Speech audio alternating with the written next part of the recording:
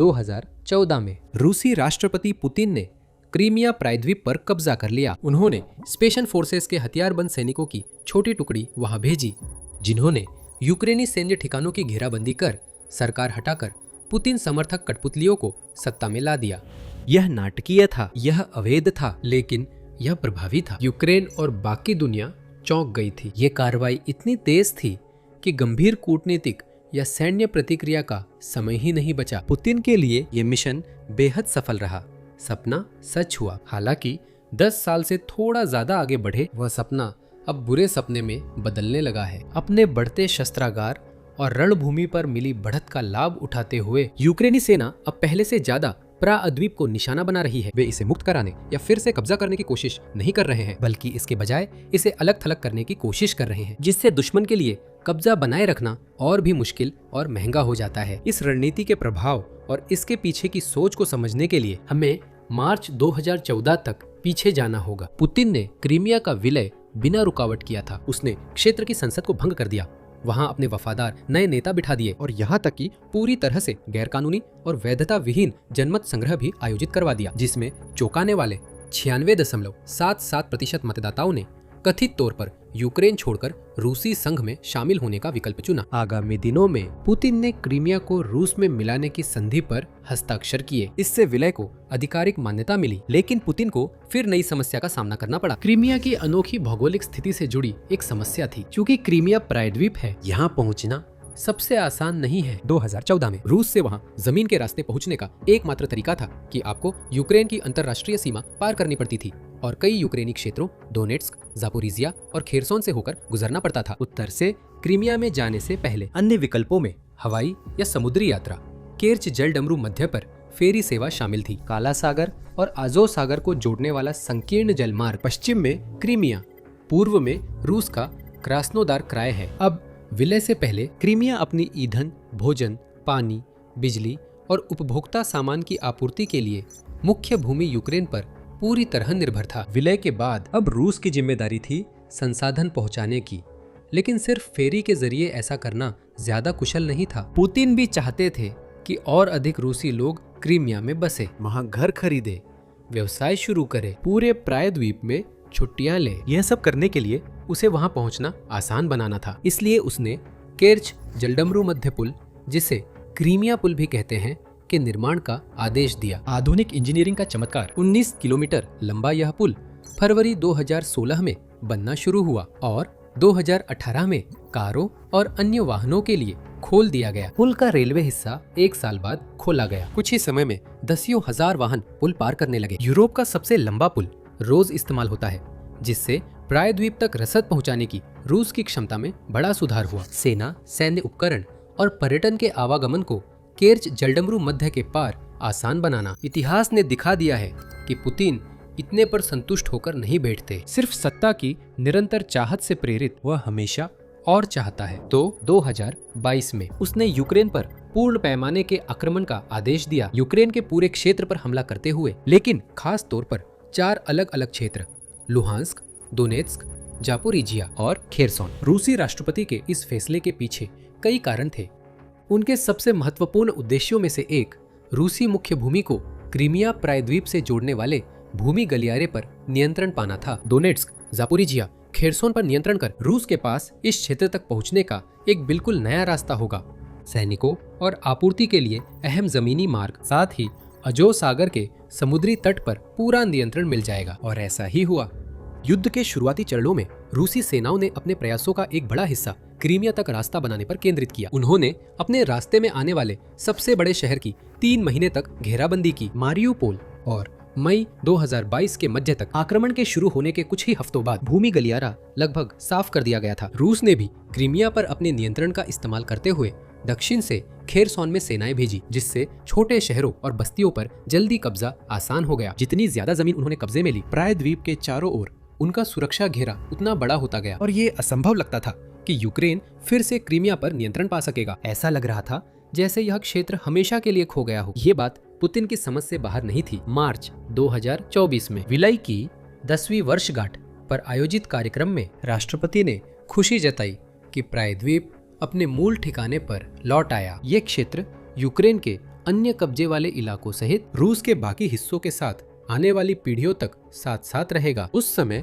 भले ही Ukraine Crimea और उसके आसपास कुछ हमले करने में सक्षम रहा था, जिसमें केर्च पुल पर कई हमले थे। ऐसा लग रहा था कि पुतिन सही थे। हालांकि लेकिन 2026 की गर्मियों तक आते आते रूस का क्रीमिया पर नियंत्रण काफी कम हो गया है। यह यूक्रेन के लगातार चल रहे अभियान से संभव हुआ, जिसमें क्षेत्र की रक्षा प्रणालियों, रसद व्यवस्था और आपूर्ति मार्गों को निशाना बनाया गया। यह अभियान शायद 2022 से ही चल रहा है। यूक्रेन ने क्रीमिया के एयरबेस, बंदरगाह जैसे ठिकानों पर छिटपुट हमले किए हैं। मौका मिलने पर रक्षा प्रणालियों पर भी हमला किया, लेकिन 2026 में इसकी प्रभावशीलता और तीव्रता वास्तव में काफी बढ़ गई है। कीव की सेनाएं अब सड़कों, पुलों व बुनियादी ढांचे पर लगातार हमले की योजना बना व अंजाम दे रही हैं, और सैन्य ठिकानों पर, जिससे व्यापक बिजली और पानी की कटौती हुई है। आपूर्ति लाइनों को काट दिया गया है और पूरे प्रायद्वीप को अराजकता में डाल दिया है। डरे हुए पर्यटक और रूसी निवासी क्षेत्र छोड़ने को कतार में हैं। ये सब यूक्रेन की गलतियों से सीखने की क्षमता पर निर्भर करता है। अपनी रणनीति को समायोजित करना, संघर्ष की बदलती परिस्थितियों में खुद को अद्भुत रूप से ढालना। उदाहरण के लिए 2023 में देश ने बड़ा जवाबी हमला किया। रूस द्वारा छीनी गई जमीन को वापस लेने के इरादे से देश ने आक्रमणकारी सेना को पीछे धकेला। सबसे अहम है क्रीमिया तक के जमीनी गलियारे को काटना। हालांकि यूक्रेन की कोशिशों के बावजूद, कुछ क्षेत्रों में आंशिक सफलता के बावजूद, यह सबसे महत्वपूर्ण लक्ष्य हासिल नहीं हो सका। यूक्रेनी सेना रूस की विशाल जनशक्ति और उपकरणों की बढ़त का मुकाबला नहीं कर सकी। क्रेमलिन की सेनाओं को पता था कि दुश्मन पलटवार की तैयारी में है। उन्होंने गहरी और मजबूत रक्षा पंक्तियां बनाई, जिससे वे कब्जे वाले क्षेत्रों पर नियंत्रण रख सके। उन्होंने बारूदी सुरंगों के क्षेत्र बना दिए, उन्होंने वाहन रोधी खाइयां खोदी और उन्होंने महत्वपूर्ण स्थानों पर तोपखाने की टुकड़ियां तैनात कर दी, जिससे वे यूक्रेन की कई मशीनीकृत पेशकदमियों को रोक सके, इससे पहले कि वह बड़ी मात्रा में खोई हुई जमीन वापस ले पाता। छोटी सेना के कारण यूक्रेन को सेनाएं अलग अलग दिशाओं में बांटनी पड़ी। इससे रूस के लिए हमला निष्क्रिय करना आसान हो गया। जब तक हालात सामान्य हुए, यूक्रेन 6 महीनों में कुछ गांवों और बस्तियों पर फिर से कब्जा करने में सफल रहा, लेकिन इस प्रक्रिया में उसने अपने बहुत सारे सैनिकों और उपकरणों को खो दिया। उसने कठिन तरीके से यह सीख लिया था कि जमीनी गलियारे में सीधा पूरी ताकत के साथ हमला करना काम नहीं करेगा। रूसी रक्षा व्यवस्था इतनी गहरी और सघन थी कि उसे भेद पाना संभव नहीं था। यही यूक्रेन की सामरिक अनुकूलता काम आई। कमांडरों ने समझा कि वे शायद रक्षा पंक्तियां पार नहीं कर सकेंगे, लेकिन वे उनके ऊपर से जा सकते थे। उन्हें बस इस काम के लिए सही उपकरणों की जरूरत थी। इसमें समय लगा, लेकिन देश के रक्षा क्षेत्र ने इस चुनौती को स्वीकार किया और बड़े, बेहतर और ज्यादा स्मार्ट ड्रोन विकसित किए। लंबी दूरी की मिसाइलों के साथ साथ धीरे धीरे लेकिन निश्चित रूप से और भी ज्यादा क्रीमिया के ठिकानों को अपनी रेंज में ला दिया। यूक्रेन ने पूरे क्षेत्र में रूसी सैन्य संसाधनों को एक एक कर नष्ट करना जारी रखा, जैसे रडार, वायु रक्षा प्रणालियां, ताकि जब अधिक तीव्र हवाई हमले का समय आए, रूस को अपनी रक्षा करने में मुश्किल होगी। 2026 तक सारी तैयारियां पूरी हो चुकी थी और मंच सज चुका था। रूस की आगे बढ़ने की गति घोंघे जैसी धीमी हो गई थी। यूक्रेन की सेनाएं अहम जगहों पर सफलतापूर्वक मोर्चा संभाले थी और कीव के पास आखिरकार वे संसाधन थे जिनकी उसे जरूरत थी। पूर्व रक्षा मंत्री मिखाइलो फेडोरोव के अनुसार क्रीमिया को एक द्वीप में बदलने के लिए, लेकिन आगे बढ़ने से पहले इसी कारण हम मिलिट्री शो बनाते हैं ताकि असल ताकत कैसे काम करती है समझा सके। अगर आप यहाँ नए हैं, सब्सक्राइब करें ताकि कुछ मिस न हो।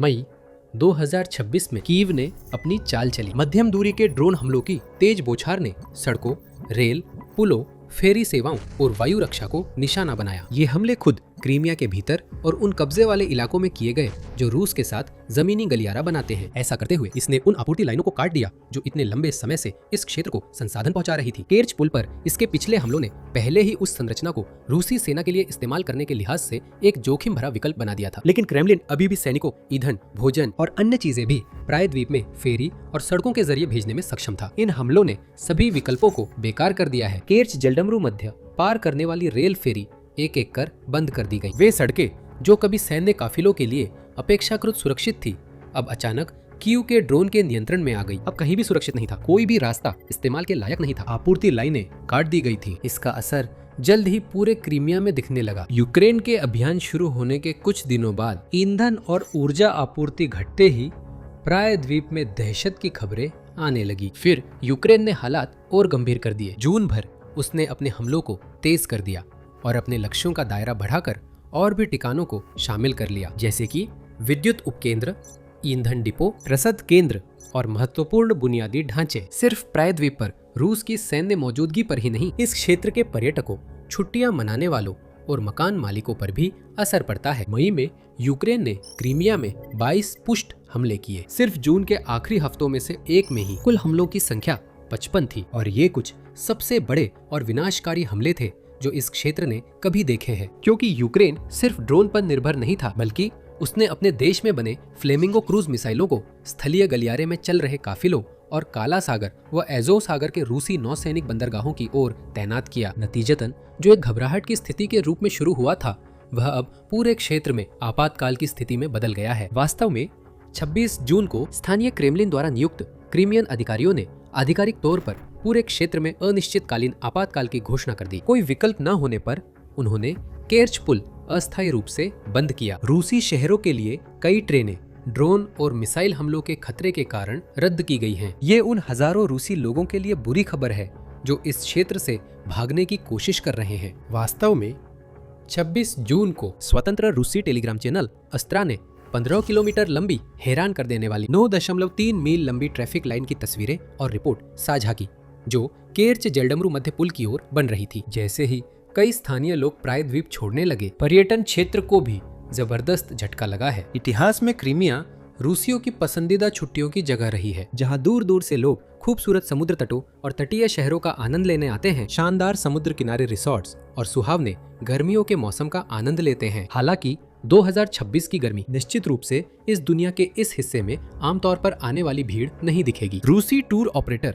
होटल और गेस्ट हाउस मालिकों की रिपोर्ट्स एक जैसा रुझान दिखाती हैं। बुकिंग्स घटी है और रद्दीकरण बढ़ गए हैं। एक ट्रैवल आउटलेट ने बताया कि जून में 80% और जुलाई अगस्त में 50% रद्दीकरण हुए हैं। लोकप्रिय होटलों में आमतौर पर भीड़ रहती है, लेकिन अब ऑक्यूपेंसी रेट रिकॉर्ड कम है। संक्षेप में, रूसी अब समझ रहे हैं कि क्रीमिया में रहना अच्छा या सुरक्षित नहीं है। जो लोग वहां जाने की योजना बना रहे हैं, वे वैकल्पिक विकल्पों की तलाश कर रहे हैं, जबकि जो लोग पहले से ही वहां हैं, वे बाहर निकलने के लिए अपनी पूरी ताकत लगा रहे हैं। कुछ लोगों ने हालात कितने खराब हो रहे हैं ये देखकर अपनी मर्जी से ऐसा किया। वहीं दूसरी ओर कुछ लोग फेडोरोव जैसे अधिकारियों द्वारा दी गई चेतावनियों पर ध्यान दिया, जिन्होंने रूसियों को अप्रत्याशित परिणामों की चेतावनी दी और कहा कि क्रीमिया में नर्क शुरू हो रहा है। रिफात चुबुरोव, क्रीमियन तातार लोगों की मजलिस के अध्यक्ष, क्रीमियन तातारों की सर्वोच्च कार्यकारी प्रतिनिधि संस्था, उन्होंने कब्जे वाले प्रायद्वीप में रह रहे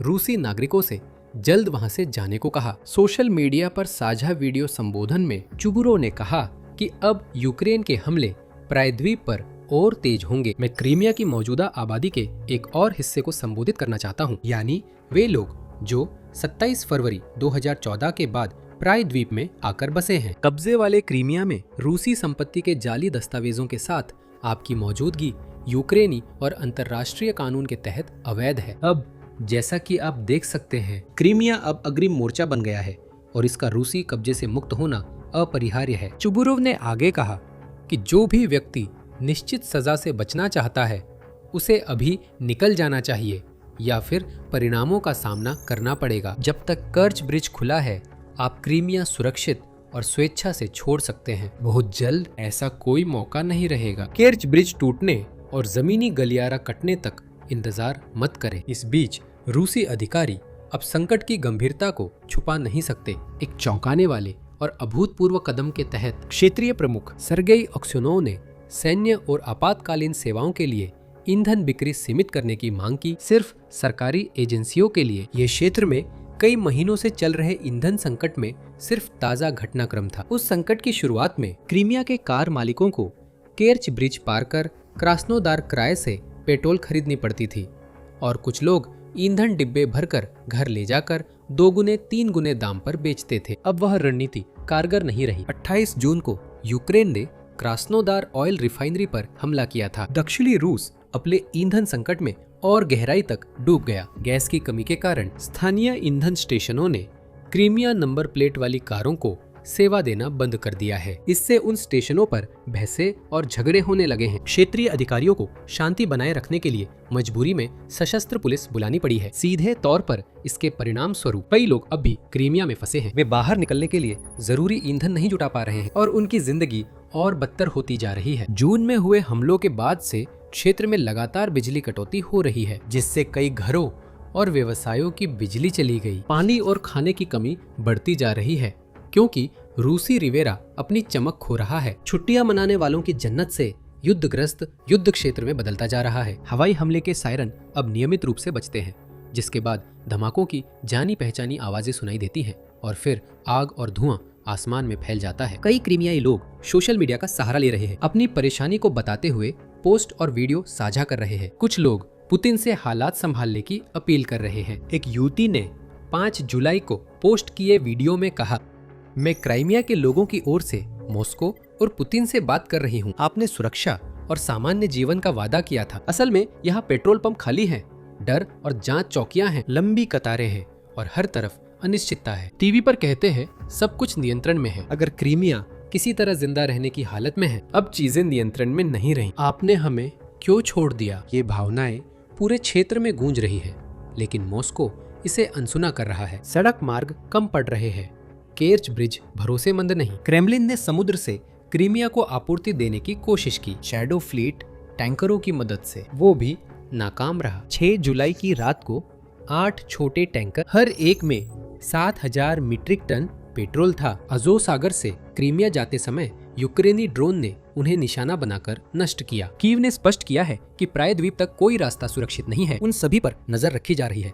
ड्रोन और मिसाइलें तैयार खड़ी है। जो भी संभावित लक्ष्य इस रास्ते पर जाने की हिम्मत करता है, उन पर फायर करने के लिए तैयार है। इस ऑपरेशन के पहले दिन से ही यूक्रेन का मिशन साफ रहा है। जैसा कि CNN के निक पैटन वॉल्स ने कहा, देश चाहता है कि क्रीमिया में रहना मुश्किल हो जाए, एक जगह जहां पर्यटन, गैस, बिजली, सस्ता खाना न मिले और वहां तक जाने वाला जमीनी गलियारा भी न हो। नतीजतन जो जगह पहले से ही रहना मुश्किल है, वह क्रेमलिन के लिए उसे बनाए रखने लायक नहीं लगती। वे कहते हैं कि यूक्रेन क्रीमिया को पुतिन के लिए ताज के नगीने से बदलकर यूक्रेन के लिए शायद भविष्य की किसी शांति वार्ता में दबाव का साधन बनाना चाहता है, या पुतिन के लिए नुकसानदायक कांटा बन जाए जब वे युद्ध पर असहमति से जूझ रहे हैं। अब तक वह इन सभी क्षेत्रों में सफल हो रहा है। 2014 में पुतिन ने क्रीमिया पर कब्जा करते हुए सोचा था कि उन्हें अनमोल जमीन मिली है, एक सुनहरा चमकता खजाना जिसे वह जनता को दिखा सकते थे, एक खूबसूरत प्रायद्वीप जहां शानदार रिसॉर्ट्स हैं जिनका रूसी लोग आनंद ले सकते थे और आने वाले दशकों तक उनके लिए कमाई का जरिया बन सकता था। साल 2026 में वो खजाना अब एक नरक बन चुका है, एक ऐसी जगह जो घबराहट, डर और अराजकता से भरी है और पुतिन के विनाशकारी पतन का एक आदर्श प्रतीक बन गया है। अब आप इस वीडियो में क्रीमिया और रूस के ईंधन संकट के बारे में जान सकते हैं, जो यह बताता है कि देश के लगभग सभी क्षेत्रों में कमी के कारण जनता में गुस्सा बढ़ता जा रहा है। क्रेमलिन की आर्थिक परेशानियों के विश्लेषण के लिए यह वीडियो देखें। अंत में ताजा सैन्य खबरों और विश्लेषण के लिए चैनल सब्सक्राइब करें। बिल्कुल इसी तरह